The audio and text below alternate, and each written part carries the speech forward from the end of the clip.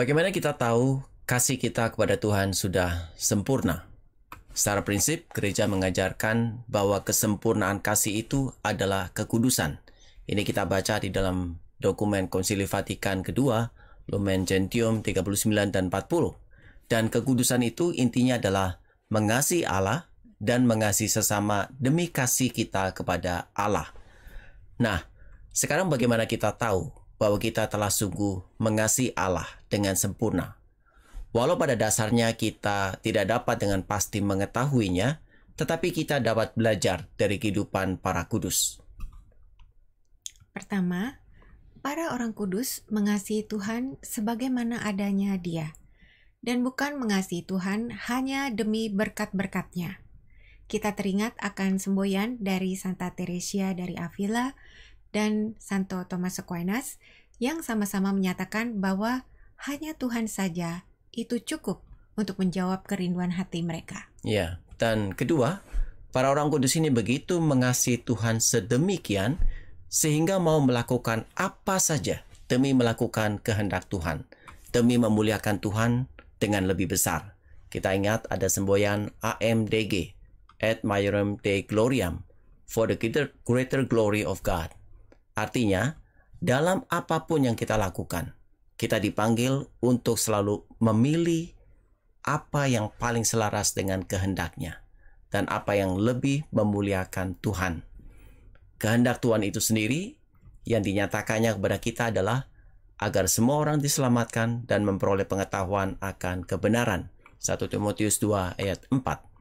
Karena itu kasih yang sempurna kepada Allah semestinya juga mendorong kita mengambil bagian dalam karya keselamatan Allah bagi umat manusia.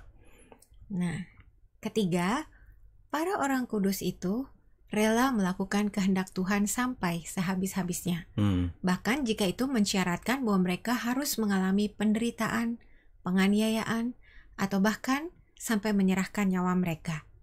Ini nyata dalam kisah hidup para rasul yang hampir semuanya wafat sebagai martir. Demikian juga dengan begitu banyak martir dalam sejarah gereja. Mereka mengikuti jejak Tuhan Yesus untuk membela kebenaran dan menjadi saksi iman akan Kristus, dan Tuhan berkenan atas pemberian diri mereka. Para martir itu mengenapkan sabda Tuhan Yesus, "Berbahagialah kamu, jika karena aku kamu dicela dan dianiaya, dan kepadamu difitnahkan segala yang jahat. Bersukacitalah dan bergembiralah karena upahmu besar di sorga."